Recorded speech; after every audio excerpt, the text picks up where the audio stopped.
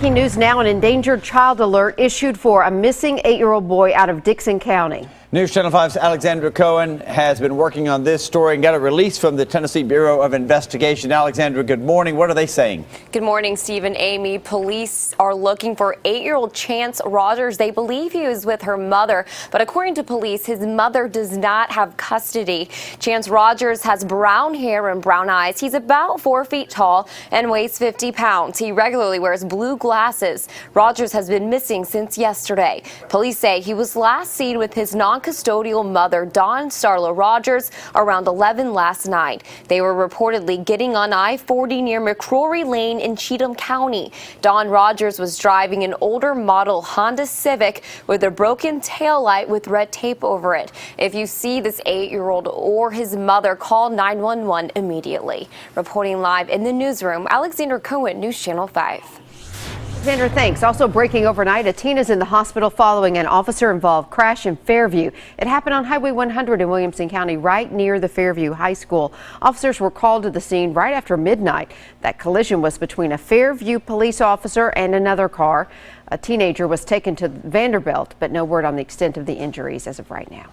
Amy, a search is also underway right now in Murfreesboro for a man who disappeared from his assisted living facility. 59-year-old Stephen Campbell was last seen yesterday afternoon at the Broadmoor Assisted Living Center.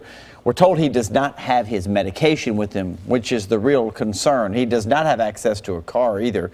If you have any idea where he may be, contact the Murfreesboro Police Department immediately this morning. Also, some new details coming in about a fire at a storage facility. Flames destroyed 5 units at the CubeSmart storage on Robertson Avenue last night. However, dozens more may have smoke or water damage, so if you've got one of those storage units, you need to check it out. Firefighters had to actually cut open several units to make sure the fire was out and no one was hurt. No word how it started. And one person remains in the hospital this morning after being shot in South Nashville. It happened on University Court just before 5 o'clock yesterday. It's not clear how serious the victim's injuries are at this time, and no arrests have been made. We are learning some new information now in the case of a Kentucky man accused of killing his family and the hitman that he hired to kill them.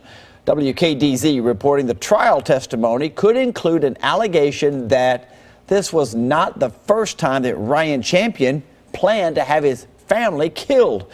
Court documents show that actually he asked a man to kill his parents and sister years before the 2014 murders in Trigg County. A judge hasn't decided yet if the new testimony will be allowed in court. Champion's trial, and it's going to be a big one, is set for August. An accused killer is now behind bars in Clarksville. Police arrested Demetrius Merriweather yesterday, just hours after we showed you his picture. Merriweather is accused of killing Capitola Cross at a home on Harrier Court Tuesday night. He's now charged with criminal homicide. Well, the man who locked himself inside a Murfreesboro business yesterday morning, sparking a 6-hour-long police standoff, is now speaking out. I'm sorry that it took so much time from the police where they could have been doing much more useful things. That's my biggest regret. Keith Van Cassel locked himself inside the H30 Aquatics building around 7 o'clock yesterday morning. He was trying to resolve a civil dispute over the business. Well, police were called after the reports came in that he was making threats. After several hours, though, detectives determined that actually, no, Van Cassel did have a right to be there, so he's not facing any charges. That dispute, meantime, that he was trying to resolve, it's going to wind up going to court next month, and they'll resolve it there. They did it. The Nashville Predators are moving on to round 2 of the Stanley Cup playoffs. Big win last night. They beat the Anaheim Ducks. And final score 2-1 last night. News Channel 5's Matthew Torres live for us at Bridgestone Arena. Even though the game wasn't played there, there were a ton of fans there last night. Right, Matthew? Yeah, so they won the game in Anaheim, obviously hundreds and hundreds of miles away from Nashville. But fans here made sure the Preds felt their love.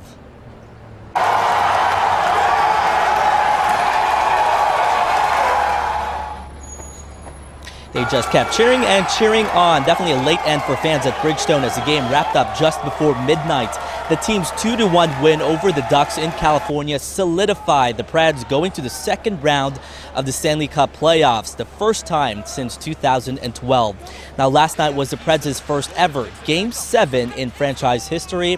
And obviously, it showed just how strong the defense is. The team scored twice in the first round. The Ducks scored one in the third round, but it was Pekka Rinne's save in the final seconds of the last period that kept the Preds on top. The Preds will stay in California, head up north to San Jose to take on the Sharks. If you want to be a part of Game 3 and Game 4, which will be held right here at Bridgestone Arena, ticket sales will start at 10 a.m. Reporting live, I'm Matthew Torres, News Channel 5.